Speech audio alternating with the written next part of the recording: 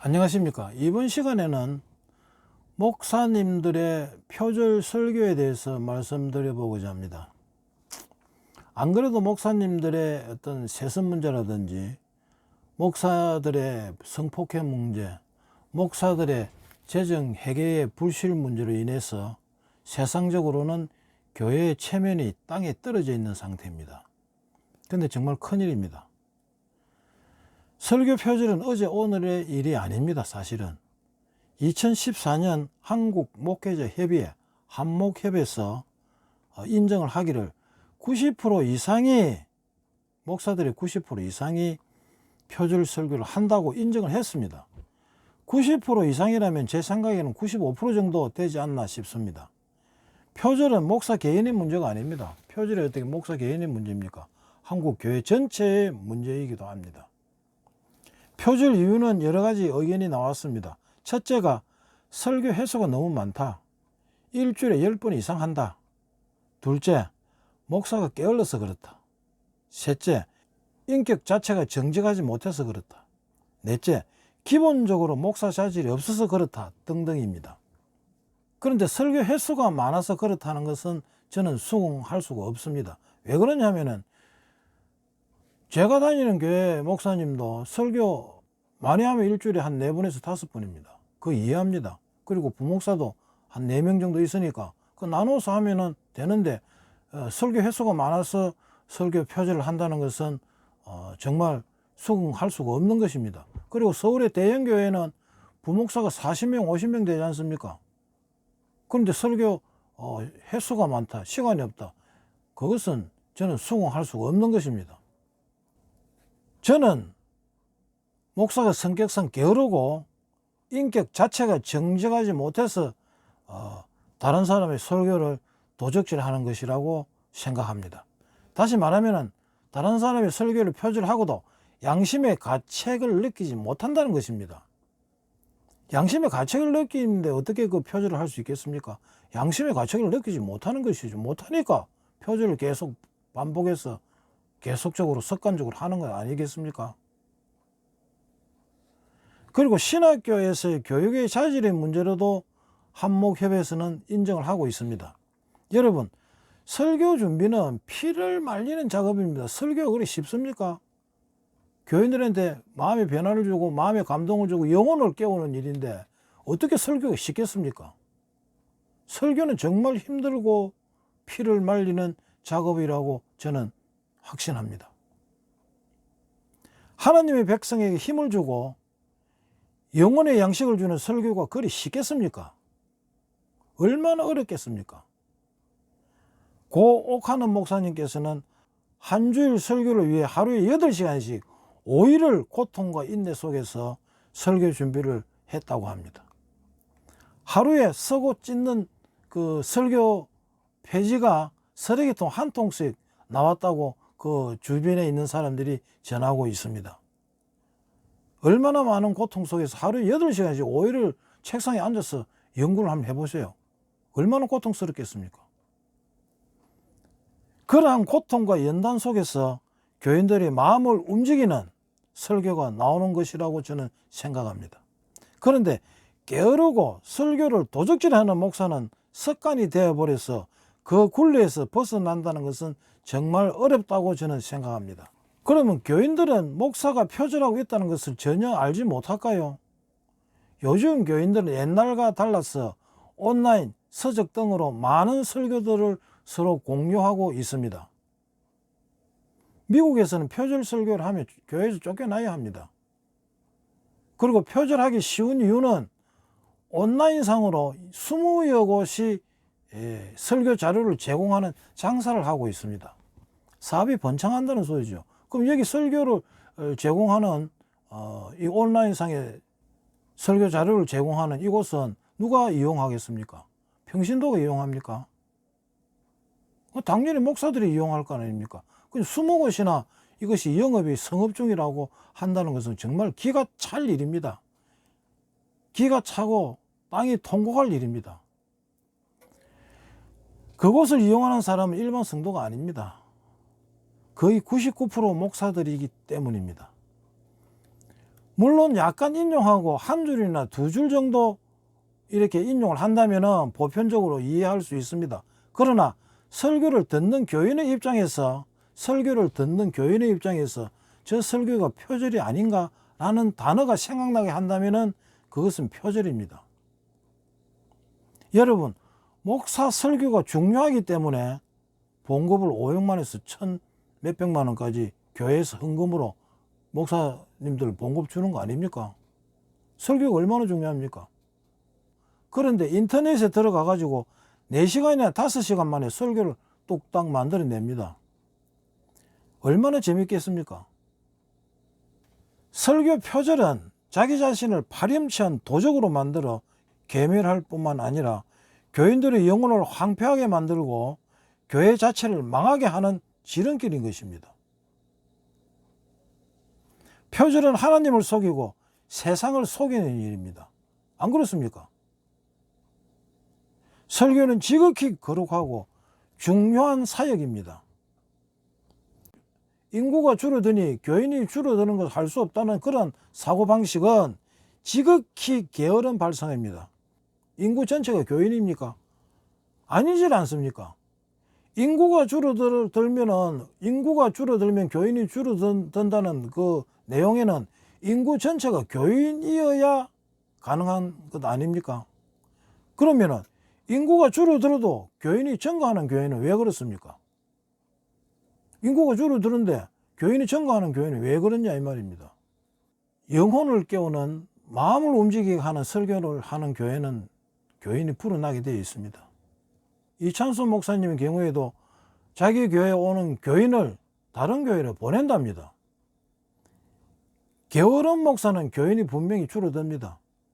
자기가 교인이 줄어드는 것을 합리화하기에 여념이 없습니다. 그러나 교인들은 다 알고 있습니다. 한국 교회는 설교 표절 문제, 돈 문제, 목사 윤리, 도덕성 문제로 오래전부터 세상이 교회를 걱정하는 상태가 되어버렸습니다. 세상이 교회를 걱정하는 시대가 되어버렸다 이 말입니다. 이게 누구의 책임입니까? 물론 침묵한 교인들도 책임이 없다고 할 수는 없습니다만은 90% 이상이 누구의 책임인지 저는 이제 말을 하지 않겠습니다. 90% 이상이 누구의 책임입니까? 성도들의 책임도 전혀 없는 것은 아닙니다. 그러나 어쩔 수 없이 표절을 인용해야 될 때에는 어떤 책에서 누가 이런 말을 했습니다 라고 분명히 글의 출처를 밝혀야 하는 것입니다. 그런데 습관적으로 반복적으로 자기 설교처럼 둔갑을 시켜서 자주 표절 설교를 한다면 그것은 파렴치한 인간이며 저질이며 도적 중에서도 괴수 도적이라고 저는 생각합니다. 표절은 당사자의 영혼을 도적놈으로 고사시키며 교회를 병들게 하기 때문입니다. 목사는 설교를 위해 존재합니다. 목사님이 왜 존재합니까? 찬양대 하려고 존재합니까? 설교를 위해서 존재하는 것이 교회의 목사입니다. 장로님들도 설교를 못하게 되어 있잖아요. 총회헌법에는. 설교는 목사님들의 유일한 권한이며 권위이며 권능입니다. 근데 설교를 표절한다면 이것은 말도 아니고 생각하기도 싫은 단어들입니다. 교인들의 영혼의 양식을 위해서 피를 말리며 목숨을 거는 노력과 성경과의 사투를 요구하는 것이 바로 설교입니다. 목숨을 거십시오. 설교는 목사의 지성, 인품, 가정생활, 인간관계, 취미생활 등 목사의 전 삶이 설교에 영향을 미치고 교인들에게 파급되는 것입니다. 그리고 설교는 표절해서 하게 되면 담당 교인의 생활 형태, 사고방식, 주변의 여건에 맞지 않게 되는 것입니다. 설교는 교인의 사고방식과 연령별 생활 간섭과 주변 여건에 맞추어야 하기 때문에 표절을 하면 안 되는 것입니다. 5시간 만에 혹은 하루나 이틀 만에 설교를 뚝딱 만들어낸다면 어떻게 그 설교가 살아있는 설교가 되겠습니까? 어떻게 그 설교가 살아있는 설교가 됩니까? 표절하고 너무 뺏기고 짜집게 하는 그 설교가 교인들한테 영혼을 깨울 수 있습니까? 그걸 모릅니까? 나중에 어떻게 해도 알게 된다는 것입니다. 목사는 설교 사역에 목숨을 걸어야 합니다. 목사님은 설교 사역에 목숨을 걸어야 합니다. 이것이 아니면 죽겠습니다 라는 각오가 있을 때 설교는 살아나고, 교인은 일주일간 세상에서 혹독한 시련에 견디다가 설교로 힘을 얻고 화이팅하고 설교의 그 말씀으로 인해서 또 한 주간을 열심히 화이팅하면서 살아갈 수 있는 것입니다. 목사님들 뺏기지 말고 표절하지 마세요. 표절 설교는 언젠가는 들키고 발각됩니다. 교인들을 만만하게 보아서는 안 됩니다. 표절은 엄청난 도적질입니다. 한목협에서도 도적질이라고 말하고 있지 않습니까? 서울의 모 대형교회는 모 목사가 부목사가 50명이 넘습니다. 그런데 표절을 했는데도 50명이 되는 부목사 중에 한 명도 그 표절을 조언을 하는 목사가 없었습니다. 침묵으로 일관하고 있는 것입니다. 바른 말로 조언하고 선소리를 하면은, 그리고 목사한테 앵기면 벌받아 죽는다. 주일 예배 안 드리고 여행 가면 죽는다. 이런 망발로 교인을 겁주고 있는 목사들이 얼마나 많습니까? 이것이 바로 서울 금남교회 김모 목사님이 하신 말입니다. 손인흥 목사, 한국교회 목회자 윤리위원장입니다. 이분은 2014년도에 목사의 실제 삶과 설교와 괴리가 있으며 강단에서 설교 내용과 강단에서 내려가서의 삶의 형태가 다르다면은 교인은 결코 그 설교를 듣고 변하지 않는다고, 그리고 실패한 설교라고 말씀하고 계십니다. 저는 이 말에 전적으로 동의합니다. 목사가 설교와 행동이 이율배반적이면 어떻게 교인이 변하겠습니까? 교인은 안 변합니다. 교인이 바보입니까?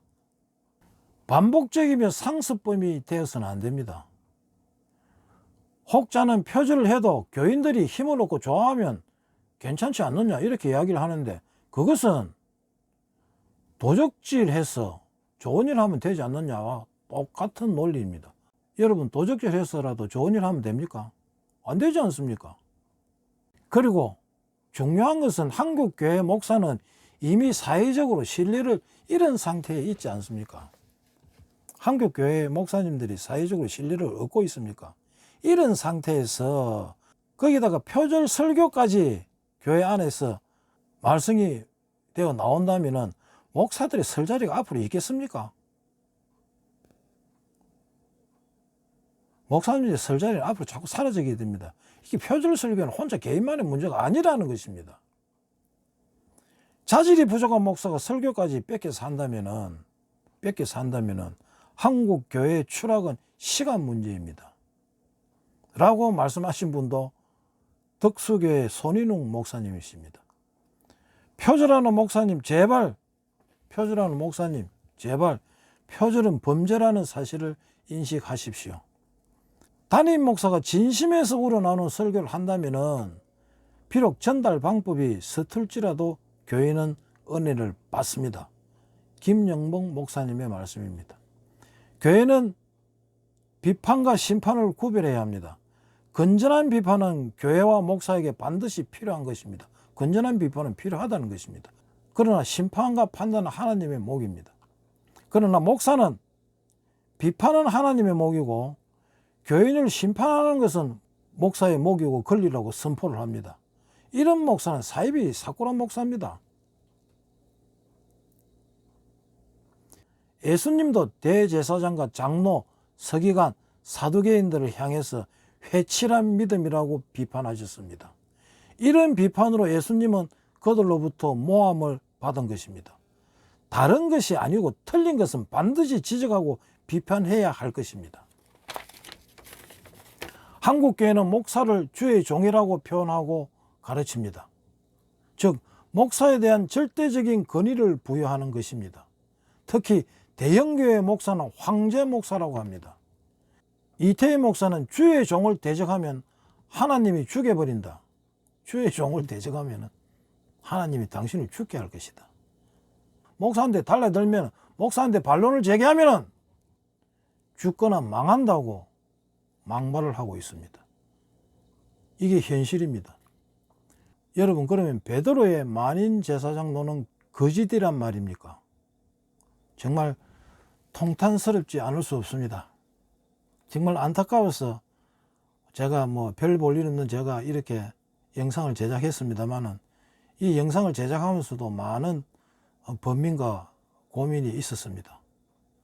만민제사장은 모든 사람들은 평등하고 하나님 보시기에는 목사든 장로든 권사든 안수집사든 모두가 평등하다는 것을 말하고 있는 것입니다. 오늘은 여기서 마치도록 하겠습니다. 시청해 주셔서 감사드립니다.